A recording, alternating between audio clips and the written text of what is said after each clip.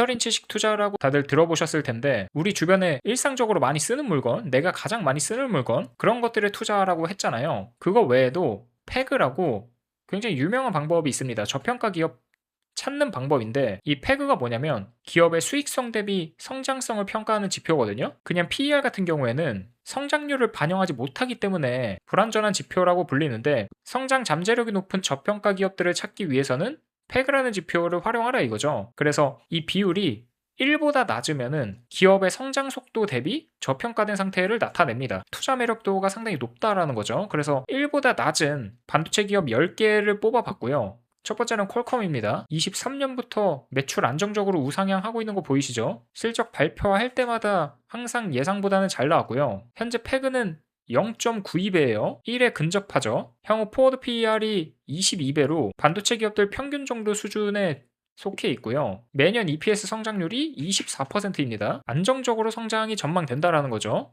그런데 아직도 주가는 그러한 성장 잠재력을 다 반영하지 못하고 있다. 올해 31% 올랐고요. 현재 일주일 동안 12% 오르고 있는데 다른 메모리 기업들 폭등하는 거에 비해 상대적으로 좀 초라했죠. 다시 한번 흐름이 올 수 있습니다. 이렇게 저평가받는 이유로는 모바일 시장에 대한 높은 의존도에 있거든요. 이미 스마트폰 시장이 성숙기에 접어들어 있기 때문에 과거와 같은 폭발적인 교체 주기를 막기 힘들고 핵심 고객사들의 이탈 리스크가 있어요. 예를 들어 최대 고객사 중 애플 자체 개발한다라고 이야기하고 있죠. 향후 거대한 공급 계약이 축소될 수 있다는 불확실성이 존재해서 다소 저평가받고 있습니다. 두 번째는 AMD예요. 2023년 4년 서프라이즈를 기록하지 못했는데 작년에는 굉장히 좋았고요. 올해 140% 상당히 많이 올랐죠. 포워드 PER은 58배입니다. 조금 높은 편에 속하고요. EPS 성장률은 77%예요. 굉장히 높게 성장이 예상된다라는 거죠. 그래서 상대적으로 패그 비율이 퀄컴보다 훨씬 낮은 게 보이시죠? 저평가받는 이유로는 성장성 대비 가혹한 2인자 프리미엄이 있습니다. EPS 기대 성장률이 77%로 매우 강력함에도 불구하고 현재 58배 수준인 멀티플에 대해 시장은 엔비디아의 완벽한 독주 체제를 쉽게 깨지 못할 거라고 우려하고 있고요. 두 번째로는 전통 PC, 서버 부문에 맞은 압박입니다. 빅테크들이 AI 인프라에 예산을 집중하면서 전통적인 범용 PC나 서버 CPU 수요 회복이 더디게 진행되고 있어서 전사 마진 구조가 엔비디아만큼 드라마틱하게 성장하지 못하고 있는 그런 한계가 있어요. 세 번째는 TSMC입니다. 코리안트 멤버십을 오픈했습니다. 다음 주에 업로드될 영상을 미리 확인하실 수 있습니다. 자세한 내용은 설명란을 참고해주세요. 포워드 PER 23배, 성장률 36배고요. 패그 0.64죠. 굉장히 낮아요. 다른 반도체주에 비해 올해 많이 오르지도 않았습니다. 우리나라 코리아 디스카운트처럼 TSMC도 역시 대만 리스크가 있거든요. 지정 확정 리스크. 거의 뭐 파운드리 시장을 독점하다시피 36%의 고성장을 달성 중이긴 하지만 미중 갈등이 일어날 때마다 혹은 중국의 대만 침공 그런 거대한 정치적 리스크가 있어서 밸류에이션이 좀 할인되어 있는 상태고요. 또 해외에 공장 건설하라고 많이 압박받고 있잖아요. 특히 미국, 뭐 애리조나나 일본, 유럽 이런 데 팹 건설하면서 발생하는 엄청난 투자 비용이 인력 수급과 겹쳐가지고 단가 상승이 벌어지는 거죠. 그래서 최근에도 단가를 올린다라는 이슈가 있었는데 그게 결국은 높은 이익률을 갉아먹을 수 있다라는 우려 그런 게 반영되어 있어 보입니다. 네 번째는 브로드컴이고요. 얼마 전에 반도체가 전체적으로 막 조정을 받았잖아요. 마이너스 8%에서 뭐 15%까지 받았는데 브로드컴 실적이 나오면서 그런 일이 터졌죠. 컨센서스 대비 살짝 미스 났었거든요. 그런데 포워드 PER 24배, 매년 EPS 성장률이 68%고요. 0.35배죠? 굉장히 저평가 받고 있다라는 겁니다. 올해 수익률도 18%밖에 안 돼요. 다른 반도체 주식들 날라갈 때 18%밖에 오르지 못한 겁니다. 물론 작년에 굉장히 많이 오른 주식 중에 하나였기 때문에 올해 좀 더딘감이 있지만 상대적으로 초라하죠. 커스텀 AI 칩에 대한 높은 의존도가 있어서 뭐 구글, 메타 이런 특정 빅테크들로 하여금 수요가 폭발해서 실적이 68%나 급증하고 있긴 하지만 이 빅테크들이 자체 설계 역량을 내재화해서 독립할 경우에 매출이 급감할 수 있다는 우려가 있거든요. 게다가 소프트웨어 인수합병 하면서 부채 부담이 늘어났습니다. VM웨어 같이 거대 소프트웨어 기업들을 공격적으로 인수하는 과정에서 막대한 부채가 발생했거든요. 그래서 비용 효율화 과정이 완벽히 정착될 때까지 시장은 보수적인 밸류에이션을 부여할 걸로 보입니다. 다섯 번째는 엔비디아예요. 포워드 PER 21배죠. EPS 성장률 65%, 패그 비율이 0.32배입니다. 역시 굉장히 낮은 수준이고요. 시총 1위 5,500조 원에 달하지만 여전히 저평가 받고 있다라는 거고, 올해 수익률 굉장히 초라하죠? 12%. 물론 그동안 많이 올랐기 때문에 빠르게 성장할 수는 없는데, 항상 AI 버블론 나오잖아요. 주가가 조정될 때마다 피크아웃 우려가 나오고 있는데, 빅테크들의 AI 인프라 투자가 언제 둔화될지 모른다라는 우려에 감겨 있고, AI가 실질적인 수익을 내지 못하면 GPU 주문도 취소될 거다. 그래서 이제 시장은 엔비디아에 대한 본능적인 공포감이 있거든요. 게다가 실적이 매 분기마다 경이롭게 나오다 보니까 약간의 착시도 있는 거예요. 실제 엔비디아의 주가는 계속해서 상승해 왔거든요. 분기마다 벌어들이는 EPS 증가 속도가 65%예요. 그런데 주가 상승 속도를 압도적으로 초과하다 보니까 포워드 PER이 21배까지 낮아졌을 정도로 지표상 극단적인 저평가 상태에 머물러 있는 걸로 보이고요. 다음은 휴렛패커드입니다. 포워드 PER 굉장히 낮죠? EPS 성장률도 상당히 좋습니다. 패그 비율 상당히 낮아요. 잘 모르시는 분들 계시겠지만 올해 이미 96% 상승하고 있고요.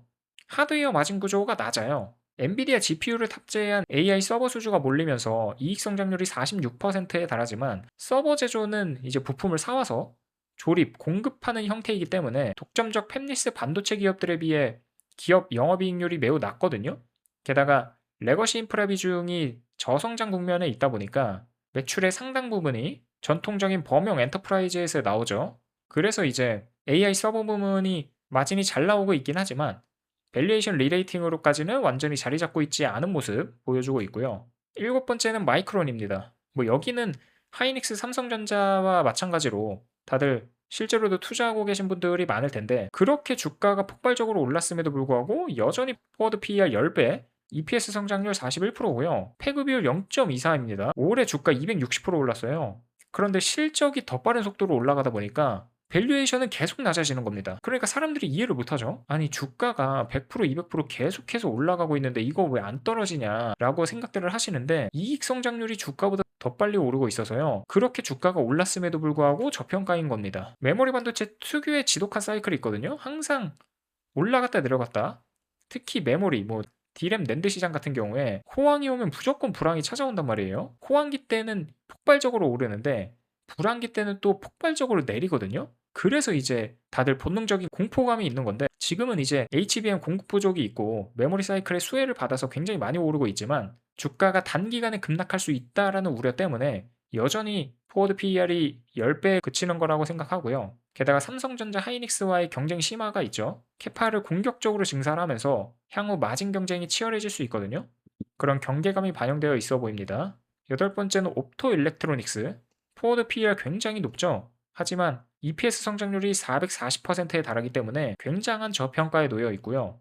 올해 309% 올랐어요. 그런데도 불구하고 주가가 이익 성장률을 따라가지 못하고 있다는 거. 여기가 저평가받고 있는 이유는 극단적인 기저효과와 높은 단일 고객 리스크가 있습니다. 미래 기대 EPS 성장률이 무려 439%로 잡히는 이유는요. 과거에 적자폭이 매우 컸던 것에 기인하고요. 현재 포워드 PER 자체는 아까 보여드렸다시피 94배로 매우 높습니다. 게다가 실적이 영구적으로 발생할 건지에 대한 의구심이 있어요. 메모리 반도체와 똑같습니다. 마이크론이 왜 저평가냐면 어쨌든 하락 사이클 맞으면 주가가 폭발적으로 내려갈 거거든요. 왜냐면 실적이 고정적으로 우상향 할 거라는 기대가 없기 때문에 옵토 일렉트로닉스도 똑같은 겁니다. 초대형 클라우드 마이크로소프트 같이 초대형 클라우드 고객사의 데이터 센터 광 트랜시버 채택 주기에 따라서 실적이 롤러코스터를 타기 때문에 성장률이 439%임에도 불구하고 시장이 온전히 신뢰하지 못하는 거죠. 그래서 패그가 극단적으로 낮아진 거고요. 아홉 번째는 루멘텀, 포드 PER 55배, EPS 성장률 300%입니다. 패그 비율 극단적으로 낮죠. 통신 부문이 장기 침체의 여파가 있어요. AI 데이터 센터용 레이저 디오드 수요로 이익 성장률이 300%에 달하지만 또 다른 축, 전통 통신 네트워크 업황이 오랫동안 재고 조정과 침체를 겪고 있거든요. 게다가 AI 인프라 수혜주로 받고 있긴 하지만 아직 완벽하게 업황, 체질 개선을 못 해냈다라는 우려가 있기 때문에 시장에서는 보수적으로 보고 있습니다. 마지막으로 샌디스크, 포워드 PER 12배죠. 굉장히 낮아요. EPS 성장률은 71%, 패그 비율 지금까지 나왔던 것 중에 가장 낮죠. 낸드 플래시 시장에 고질적인 단가 압박이 있거든요. D램에 비해서 기술 진입 장벽이 낮기 때문에 공급업체가 많아요. 그래서 가격 변동성이 극심합니다. AI용 대용량 고성능 ESSD 수요 폭발로 단기 성장률 71%를 기록 중이긴 하나 업황이 꺾일 때 가장 먼저 타격을 입는다라는 거. 게다가 올해 수익률이 무려 694%거든요. 최근 주가가 그렇게 폭등했음에도 과거 오랜 침체기 동안 껴나갔던 밸류에이션 기저효과 때문에 그렇게 이익 성장 전망 대비 여전히 포워드 PER 12배 수준에 과도하게 저평가되어 있는 걸로 보여요. 이렇게 총 10개 종목, 패그 비율 1배 미만인 저평가 기업들을 알아봤고요. 그 외에 M7도 알아봤어요. 그랬더니 테슬라는 8.3배로 꽤 높은 편에 속하죠. 애플 2.5배, 알파벳 1.9배, 아마존 1.7배, 메타 1.6배, 마이크로소프트 1.2배입니다.